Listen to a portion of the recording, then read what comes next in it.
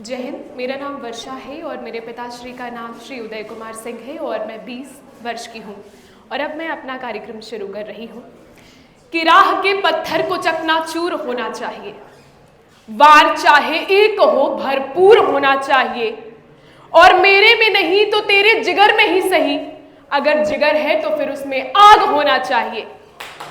25 जून 1975 की वो काली रात जिसने हमारे देश की आत्मा कही जाने वाली लोकतंत्र की निर्मम हत्या की, इसमें हत्या हुआ उन सबका जिन्होंने खून के बदले इस आजादी की नींव को रखी थी।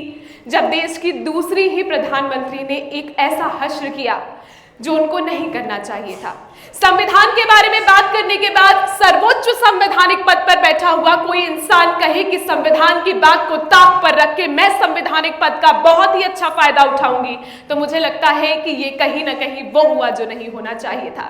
मैं आपको बताऊं कि वो रात इतनी भयावह थी कि लगभग 1,10,000 लोगों को बिना किसी मतलब के, बिना किसी जुर्म के सलाखों के पीछे रखा गया। लगभग 2,500 से ज्यादा पत्रकारों ने उस दिन अपनी पत्रकारिता खो दी। उस दिन 7,000 से ज्यादा पत्रिकाओं पर मौन रखा था। उस दिन 24 लाख से ज्यादा लोगों की जबरदस्ती नसबंदी कराई गई। वो ऐसा अध्याय था जिसके जख्म को हम आज भी नहीं भूल पाए हैं, क्योंकि लगभग 1700 लोग ऐसे थे जिनकी निर्मम हत्या हुई थी। वो शिल्पकार थे जिनके आंखों से हम सुनहरे भविष्य के सपना देखते थे, जो आज के इस देश के निर्माता बनने वाले थे। बात बिल्कुल स्पष्ट है। और जब हम बात कर रहे हैं कि आज उस 50 साल के निर्मम इतिहास के बाद हमने क्या सीखा, तो हमने एक बात सीखी कि लोकतंत्र की हत्या हो जाती है जब आप बोलना नहीं जानते।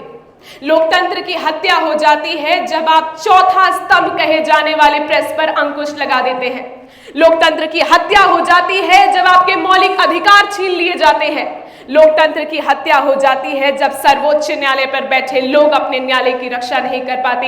ये वो दिन था जिस दिन कार्यपालिका, न्यायपालिका, विधायिका और हमारे प्रेस को तोड़ मड़ोड़ के रख दिया गया। ये दिन वो दिन था जिस दिन भारत के इतिहास को हमेशा के लिए कलंकित करके रह गया। ये वो दिन था जिस दिन हमें याद आना चाहिए था कि ये भारत कोई भूमि का टुकड़ा नहीं, एक जीता जाता राष्ट्र पुरुष है।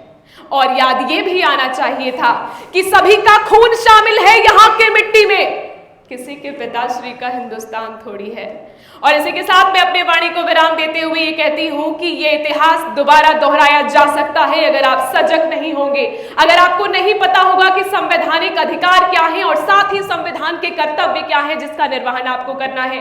तो माननीय अध्यक्ष महोदय एवं निर्णायक मंडल, एक अंतिम बात जो मैं कहने जा रही हूं वो आज बैठे सभी युवाओं से है कि वो युवा इस देश का हमेशा उत्थान करेंगे जो इस देश के लिए जिए हैं, इस देश के लिए मरे हैं। अंत में जय हिंद, जय भारत। बेल बजवाई दिया।